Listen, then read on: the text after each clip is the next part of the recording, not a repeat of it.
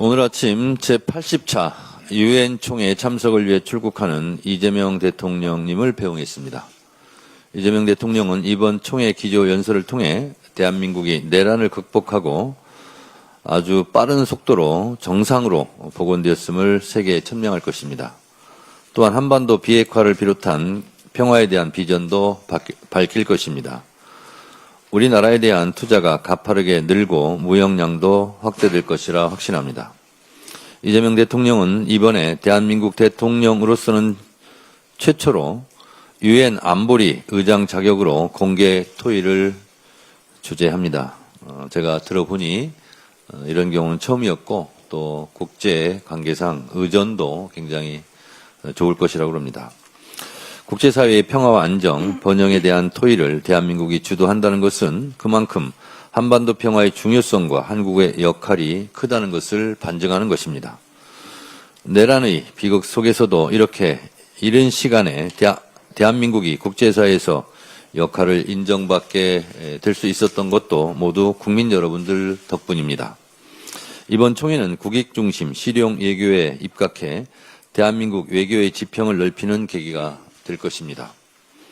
강력한 회복력을 지닌 우리의 위기 극복 DNA, 총칼을 든 쿠데타 세력을 지혜롭고 평화롭게 진압해낸 오색 빛깔 K민주주의의 위상을 드높일 것이라 기대합니다. 이재명 대통령이 어제 강력한 자주 국방을 강조했습니다. 나라가 위험할 때 우리 스스로 지키지 못하고 남에게 의존해야 한다면 그것은 진정한 독립국가라 할 수 없습니다. 전시작전 통제권은 군사주권의 핵심 중의 핵심입니다. 과거 노무현 대통령이 생각납니다. 대한민국은 더 이상 과거에 힘없던 약소국이 아닙니다.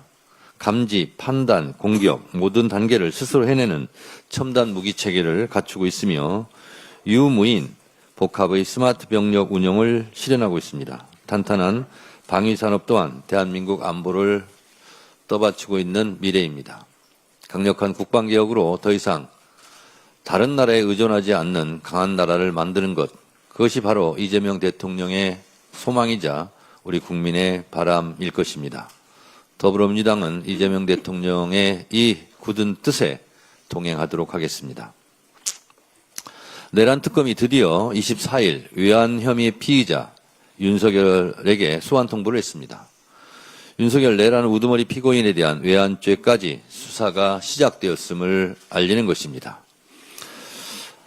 대한민국 헌법 제84조에는 대통령은 내란 또는 외환의 죄를 범한 경우를 제외하고는 재직 중 형사상의 소출을 받지 아니한다고 되어 있습니다. 그러나 현직 대통령이더라도 내란과 외환은 피해갈 수 없습니다.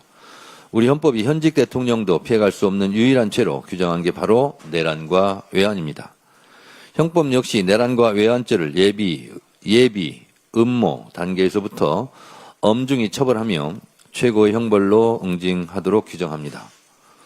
헌법과 형법이 말하는 바는 분명합니다. 내란과 외환의 죄는 단순한 불법을 넘어 헌정 질서와 국민 안전을 송두리째 망가뜨리는 반역 행위라는 것입니다. 특히 외환죄는 내란보다 더 무겁게 처벌받는 중대 범죄이라고 저는 생각합니다. 엄벌에 처하기 바랍니다. 특검의 마지막 퍼즐, 검찰 내부의 내란 연루 의혹도 철저하게 밝혀야 합니다. 어제 심우정 전 검찰총장이 내란 특검에 출석해 윤석열 석방 지휘 과정에 대한 의혹에 대한 조사를 받았습니다. 당시 검찰이 즉시항고를 포기한 결정은 도무지 이해할 수 없는 의문투성이입니다. 또한 12.3 비상계엄에서 검찰은 연루된 혐의가 없는지도 잘 살펴보아야 합니다. 만약 비상계엄 전후에 검찰 연루 의혹이 있다면 일벌백계해야 합니다. 특검에 요청합니다. 내란 세력의 방해에도 흔들리지 말고 더 강해진 특검법으로 무장의 외환 혐의를 철저하게 수사해 주십시오. 검찰이 다시 태어날 수 있도록 고름이 있다면 짜내 주십시오. 고름은 살이 되지 않습니다. 민주당은 내란과 외환 세력을 끝까지 추적하고 심판대에 세울 때까지 긴장의 끈을 놓지 않겠습니다. 제1야당이라는 국민의힘이 정기국회가 시작한 지 한 달도 안 돼 국회 밖으로 도망갔습니다. 장외투쟁이 아니라 한낱 장외투정에 불과합니다. 국정감사가 코앞입니다. 국민의힘은 야당의 마당인 국회를 등지고 뛰쳐나갔습니다. 민생을 치열하게 고민해도 모자랄 야당의 시간을 스스로 날려먹고 있습니다. 장외투쟁이란 말도 아깝습니다. 신속한 내란 청산을 정치 보복이라 우기는 내란 동조 세력의 장외투쟁에 불과하다는 것을 다시 한번 말씀드립니다. 입에 담을 수 없는 막말, 망언이 난무했습니다. 입도 더러워지고 귀도 더러워졌습니다. 저는 어제 귀를 씻었습니다. 어제 동대구역 광장의 모습은 기괴하기 그지없었습니다. 사람들 머리 위로 윤어게인 스탑 더 스틸 깃발이 나부꼈고 윤석열을 연호했습니다. 그 앞에 마이크를 잡고 선 당대표는 이재명을 끝내야 한다. 한 최고위원은 대한민국 지키기 위해 기꺼이 극단을 택합시다. 이재명 당선 무효를 외쳤습니다. 대선 불복 세력, 내란 세력, 부정 선거론자들이 한데 뒤섞인 헌정유린의 결정체, 헌정유린 세력에 기대어 반전을 꾀하는 반동의 행동들이 계속되었습니다. 국민의힘은 아직도 12.3 비상계엄에 대한 진정한 사과와 반성을 하기는커녕 윤 어게인을 외치고 대선 불복성 언행을 계속하고 있습니다. 바라는 바는 아닙니다만 역설적이게도 우리 민주당으로서는 고마운 일이기도 합니다. 국민의힘 최악의 최약체 지도부 땡큐입니다. 다음으로 김병기 원내대표의 발언이 있겠습니다. 정치검찰 출신 일부 정치인들의 무지와 무책임을 강력하게 규탄합니다. 한동훈 전 국민의힘 대표, 주진희 의원이 배임죄 폐지에 반대하고 나섰습니다. 이유가 가관입니다. 이재명 대통령님을 위한 정치적 조치라고 주장합니다. 정치검찰 출신다운 한숨 나오는 발상입니다. 배임죄는 군부 독재 권위주의 정권의 유산입니다. 정치검찰은 배임죄를 악용하여 기업인들을 무분별하게 기소하고 정적을 탄압해왔습니다. 두 분은 부끄러운 정치검찰의 과거를 되돌아보고 반성부터 먼저 하시기 바랍니다. 배임죄 폐지는 재계의 오랜 수건 사항입니다. 대한상공회의소 등 재계는 지속적으로 정부에 폐지를 건의해왔습니다. 하지만 정치검찰 출신 정치인들은 재계의 수건을 외면하고 정치 공세에만 몰두하고 있습니다.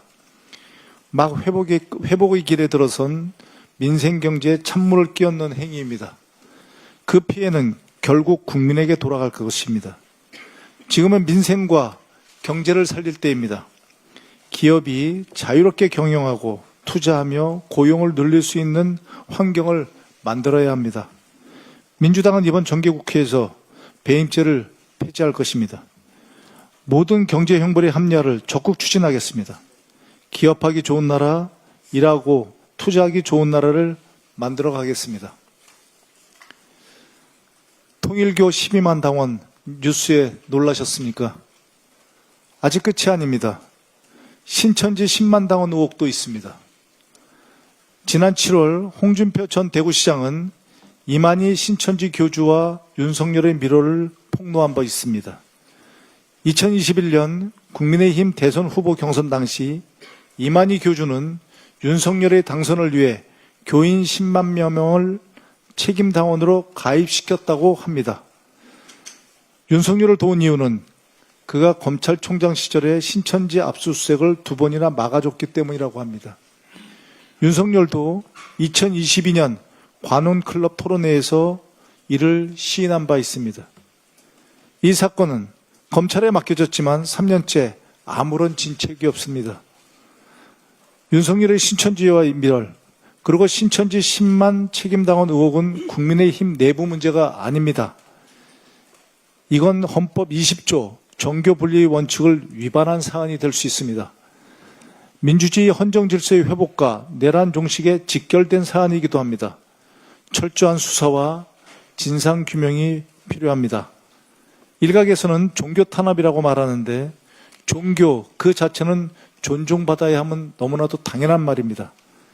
문제는 일부 종교가 정치권과 결탁하여 헌법과 민주주의를 훼손하는 행위입니다. 신천지 10만 책임당한 의혹이 덮어진다면 민주주의 헌정 질서는 언제든 흔들릴 수 있을 것입니다. 특검과 검찰의 숙고와 수사 결단을 촉구합니다. 이상입니다. 다음으로 전현희 최고위원의 발언이 있겠습니다. 이재명 대통령께서 뉴욕에서 열리는 유엔 총회 순방길에 올랐습니다. 대통령 취임 이후에 첫 유엔 대비 무대이자 우리나라 대통령으로서는 처음으로 안보리 의장 자격으로 참석하는 데 매우 큰 의미가 있습니다. 글로벌 책임국으로서 전 세계에 대한민국의 복귀를 알리는 신호탄이 될 것입니다. 유엔 총회 참석이 한반도 평화를 공고히 하고 대한민국의 위상을 한층 더 높이는 디딤돌이 되기를 희망합니다. 황교안 시즌2 장동혁 대표의 대구 장애 집회는 제2의 내란 선동입니다. 윤어게인과 극우 사이비 세력이 한때 뭉친 국민의힘 대구 집회는 도저히 대한민국 제1야당의 행사라고는 보기 힘든 낯뜨거운 모습이었습니다. 급기야는 이재명 대통령의 당선 무효까지 외친 김민수 최고위원 명백한 국힘의 대선 불복입니다. 헌법 질서 파괴 시도입니다. 헌법상 정교분리 원칙을 위배하는 통일교의 집단 가입은 내란 동조에 이은 또 하나의 명백한 위헌정당 해산 사유임을 엄중 경고합니다. 내란 전담부 설치법은 위헌 가능성을 최대한 차단하고 내란을 종식하라는 주권자인 국민의 명령에 따른 법입니다. 국민의힘과 일부 극우 세력들이 법무부에 전담재판부 추천권을 준 것을 상권분리 위헌이다 라고 주장을 하는데 이는 전혀 사실이 아닙니다. PPT 한번 봐주시죠. 현행 법원조직법 제41조 2 제3항 규정입니다. 대법관 후보 추천위원회의 구성에 법무부 장관이 포함되어 있습니다. 현행 대법관 추천위원회에도 법무부에서 그리고 그 외에도 법학자 회의라든지 외부에서 다수가 추천위원회에 참여하고 있습니다. 만약에 법무부가 전담재판부 구성 참여가 위헌이라는 주장이 사실이 되려면 법무부 장관이 대법관 후보 추천하도록 한 현행 법원조직법도 상권분립 원칙 위배로 위헌입니까? 답하시기 바랍니다. 또 전담재판부 설치를 하는 것이 유례없는 일이고 위헌이다라는 주장을 하고 있습니다. 그래서 또 살펴봤습니다. 헌법 제102조입니다. 각급 법원의 조직은 법률로 정한다라고 명시되어 있습니다. 또 법원조직법 제7조 2항을 보십시오. 법원이 필요하다고 인정하는 경우에는 특정한 부로 하여금 행정, 조세, 노동, 군사, 특허 등의 사건을 전담해서 심판할 수 있도록 허용하고 있습니다. 헌법과 법률에 의해서 전담재판부 구성을 보장하고 있는 것입니다. 거듭 강조하지만 전담재판부를 자초한 책임은 오롯이 조의대 사법부에 있습니다. 내란 종식의 최후의 보루여야 할 사법부가 도리어 깜깜이 늑장 재판으로 내란 종식을 방해하고 있으니 국회가 주권자인 국민을 대신해서 헌법 테두리 안에서 정당한 입법권을 행사하려는 것일 뿐입니다. 민주당은 내란 종식의 안전장치인 내란 국정농단 전담재판부 설치법을 주권자인 국민의 명령에 충실히 따를 것임을 말씀드립니다. 윤석열 검찰의 이재명 죽이기 정치공작 증거가 연일 제시되면서 진실이 서서히 드러나고 있습니다. 수사를 받고 감옥에 가야 할 자들은 정작 정치 검사들이었습니다.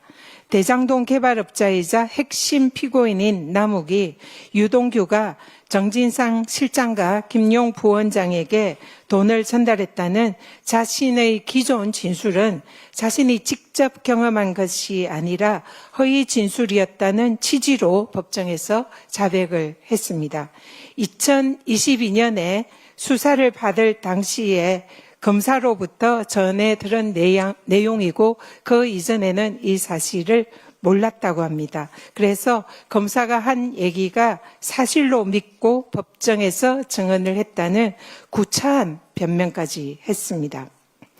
검찰 수사 기록보다 법정의 진술에 더 신뢰성과 신빙성을 부여하는 공판 중심주의에 따르면 정진상과 김용은 당연히 무죄입니다.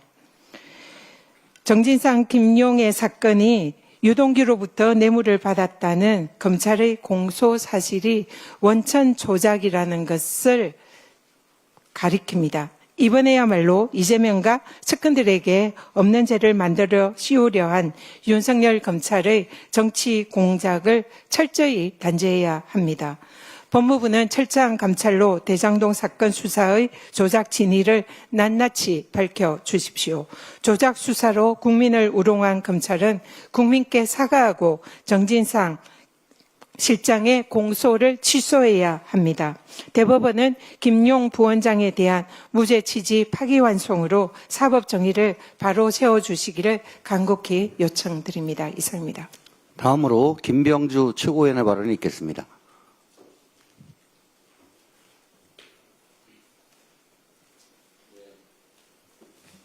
이재명 대통령께서 유엔 참석자 오늘 해외 순방을 출발했습니다. 유엔 안보리 의장국으로서 국익을 떨칠 거라고 봅니다. 특히 12.3 내란으로 민주주의가 무너진 것을 다시 회복했다는 것을 세계에 알릴 수 있는 좋은 기회입니다. 또한 한반도 평화를 위한 큰 걸음이라고 생각합니다. 에이펙 성공을 위한 여건 조성도 하고 오실 것이라고 믿습니다. 응원합니다. 입당 원서가 면죄부가 되고 교주들의 교시가 당론이 되는 정당, 당대표가 거리에서 내란 수계를 찬양 숭배하며 극우를 선동하는 정당, 이 땅에 공의로서 민주공화국이 아닌 국헌 파괴, 극우 파쇼 내란의 나라를 만들려는 국민의힘은 국민의 힘으로 해체해야 합니다. 국힘은 국민 앞에 회개하라. 스스로 선택한 위원정당 해산의 날이 다가오고 있다. 서영교, 부승찬 의원은 목숨을 건 계엄 저지와 내란 수계 윤석열 탄핵에 앞장서고 희대의 사법 내란을 저지한 민주주의를 지켜낸 민주당 동지입니다. 동지의 말을 믿지 내란에 입 닫은 조희대의 말은 못 믿겠습니다. 아직도 내란을 옹호하는 내란 정당 국힘은 내란을 막아낸 민주당과 빛의 혁명으로 탄생한 이재명 정부를 비판할 자격조차 없습니다. 본질은 조희대 사법부의 대성 개입 구테타 조사입니다. 윤석열 탈옥에 대한 경로, 주기원 룸사롱 조사와 늑장 재판, 조희대 이재명 죽이기부터 국민이 납득할 만큼 조사와 수사를 해야 합니다. 스스로 삼권 분립을 파기한 사법부는 반드시 법의 이름으로 사법개혁 법정에 세워야 합니다. 민주당이 국민과 함께 사법개혁 꼭 이뤄내겠습니다. 지금 세계는 힘의 논리가 지배합니다. 강력한 자주국방이 결국 국력입니다. 이재명 대통령이 제안한 AI 전투로봇, 무장 자율드론, 유무인 복합 첨단 무기체계 등 스마트 정예 강국 재편은 시대를 꿰뚫는 통찰입니다. 강력한 국방, 자주 안보 없이는 21세기 대한민국을 지킬 수 없습니다. 세계사에서 외세의 안보를 의지한 나라는 결국 모두 역사에서 사라졌습니다. 우리를 지키는 힘은 우리에게 있습니다. 강국에 끌려가는 나라가 아니라 강대국이 인정하는 나라를 만들어야 합니다. 대한민국은 강합니다.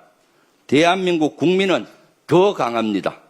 이재명 정부와 민주당은 강력한 자율적 자주국방을 구축하겠습니다.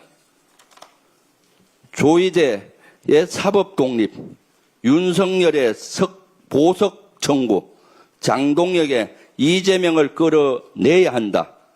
최고위원회 대선 당선 무효, 손발을 척척 맞춘 보이지 않는 손이 획책한 제2의 내란 빌드업처럼 보입니다.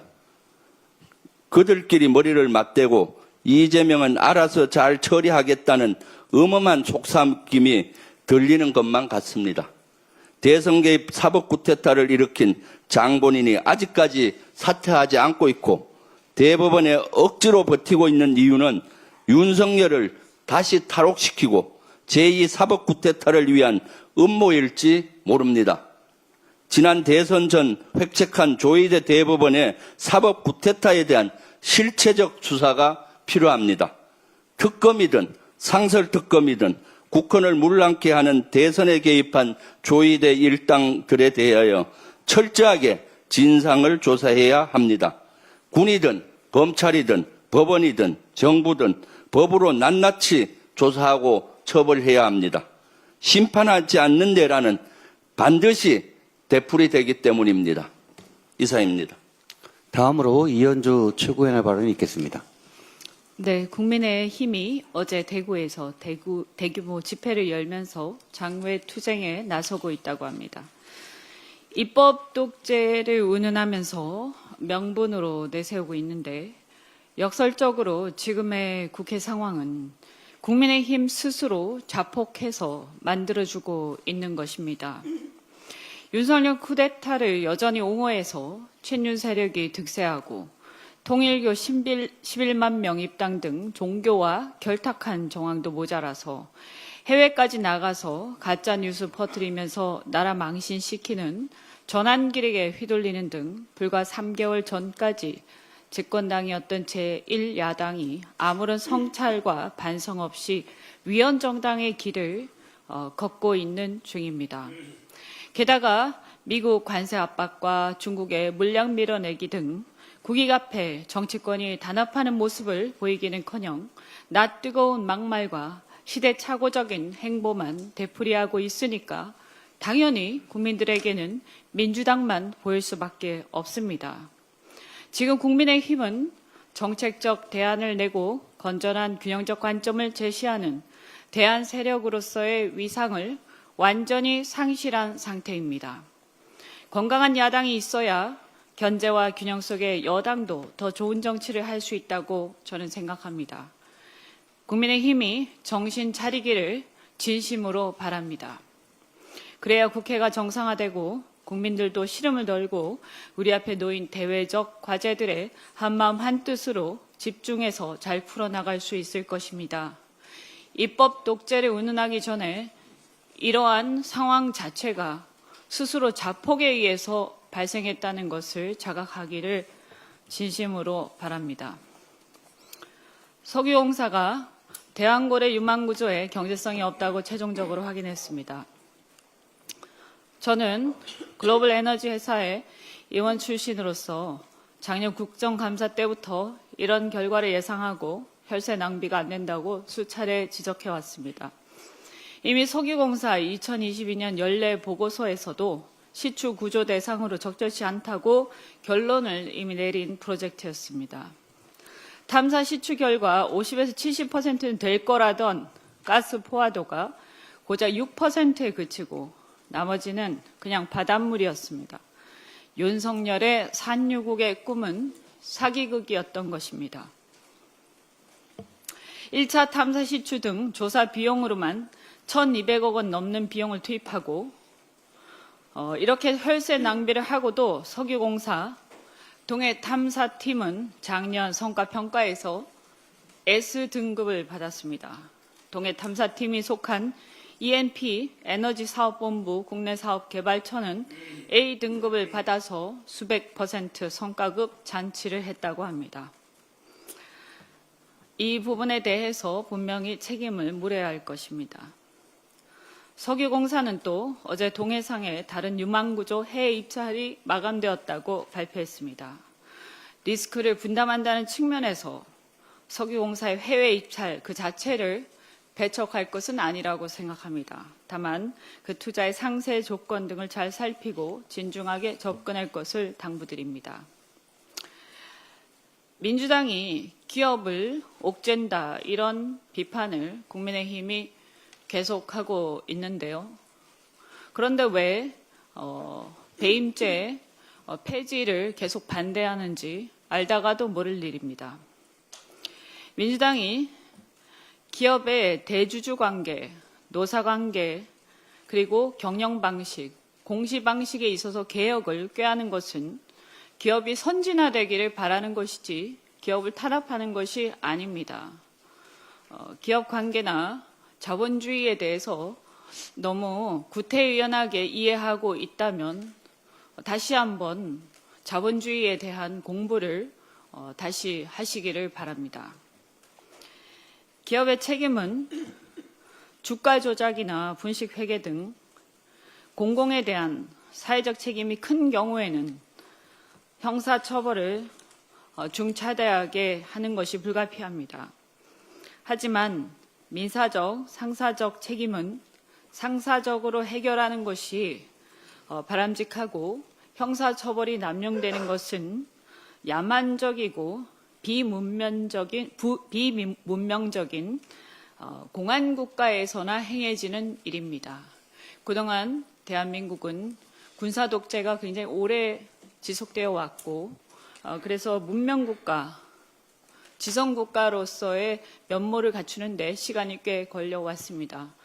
저희는 이 배임죄 폐지가 형사처벌 남용을 통한 이런 야만 국가 그리고 반지성적 국가로부터 탈피하는 데 첫걸음이 될 것이라고 믿습니다. 이상입니다. 다음으로 황명선 최고위원의 발언이 있겠습니다. 네, 민주 대한민국이 국제사회에 우뚝 섰습니다. 이재명 대통령께서 유엔 총회 기조연설에 이어 한국 대통령 최초로 유엔 안보리 공개 회의를 주재합니다. 내란 세력의 폭거로 흔들렸던 민주 대한민국이 이제 국제사회에 정상복귀를 선언하는 역사적 순간입니다. 이번 연설은 민주주의 회복과 경험, 한반도 평화 비전, AI 3대 강국 도약을 전 세계에 천명하는 자리입니다. 또한 이번 순방은 방산 인프라 협력, 월가 투자 유치를 통해 코리아 프리미엄을 되살리고 미래 먹거리를 확보하는 진짜 세일즈 외교입니다. 그러나 이러한 국제적 위상 회복의 선결 조건은 강력한 자주국방입니다. 병력 감소는 위기가 아니라 기회입니다. AI 무인 체계와 스마트 전개 강군으로 군을 재편하고 국방력은 더 강해지고 K방산 수준은 더 크게 열릴 것입니다. 초급 간부의 처우 강화와 여성 인재의 국방 R&D 진출 확대는 우리 군을 더욱 전문화된 강군으로 거듭나게 할 것입니다. 민주주의의 회복, 평화 실현, 경제 성장, 그 출발점은 자주국방입니다. 민주당은 강한 나라, 세계 앞에 당당한 대한민국의 완성을 힘있게 추진해 나가겠습니다. 국힘이 아무리 발버둥 쳐도 위원정당이라는 사실은 바뀌지 않습니다. 장동혁 대표가 대구 장외 집회에서 이재명 정권은 인민독재, 정청래 대표는 반헌법적 정치테러 집단 수괴라는 막말을 쏟아냈습니다. 개념 없고 명분 없고 책임 없는 추악한 정치선동입니다. 국힘에 경고합니다. 윤호개인 아스팔트 세력과 결탁해 야당 탄압을 운운하고 대통령 탄압을 입에 담는 것은 명백한 대선 불복입니다. 제2의 내란 선동입니다.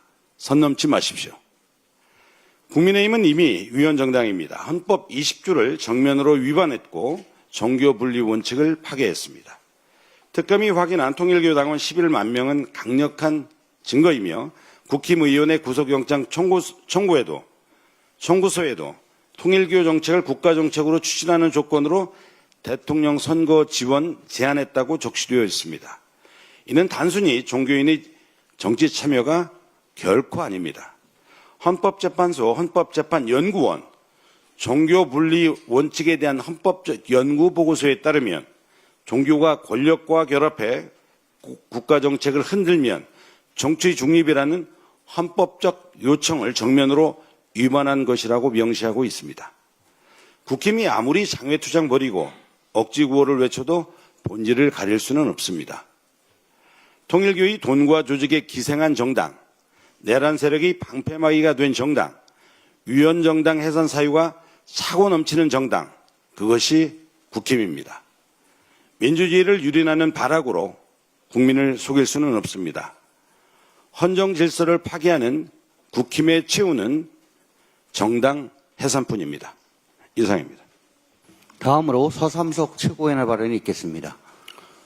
언론에 소개된 아름다운 이야기를 전해드립니다. 서울시 일부 지자체에서 장애인 친화 미용실을 개설해 운영 중에 있습니다. 자폐증으로 미용실 이용이 어렵던 10살 어린이도 중증 지체 장애를 가진 70세 어르신도 다른 사람의 시선에 상관없이 편하게 이용하고 계십니다. 해당 지자체와 미용실 사장님께 감사드립니다. 불편하고 시간이 오래 걸린다는 이유로 외면받거나 장애인 출입 시설이나 안전 설비가 없어 미용실 이용 경험조차 없던 장애인분들에게 반가운 일이 아닐 수 없습니다. 하지만 여전히 장애인이 일상생활에서 겪는 불편과 어려움은 곳곳에 아직도 많이 남아 있습니다. 보건복지부 2023년 장애인 편의시설 설치 현황 조사에 따르면 공공기관의 장애인 안내시설 설치율은 30%대에 그치고 있습니다. 또 국토교통부 2023년 저상버스 도입 현황에 따르면 전국의 저상버스 도입률은 단 39%에 불과하고 그마저도 수도권을 제외하면 대부분의 광역단체 등이 30%대로 장애인 이동권 제약이 심각한 실정입니다.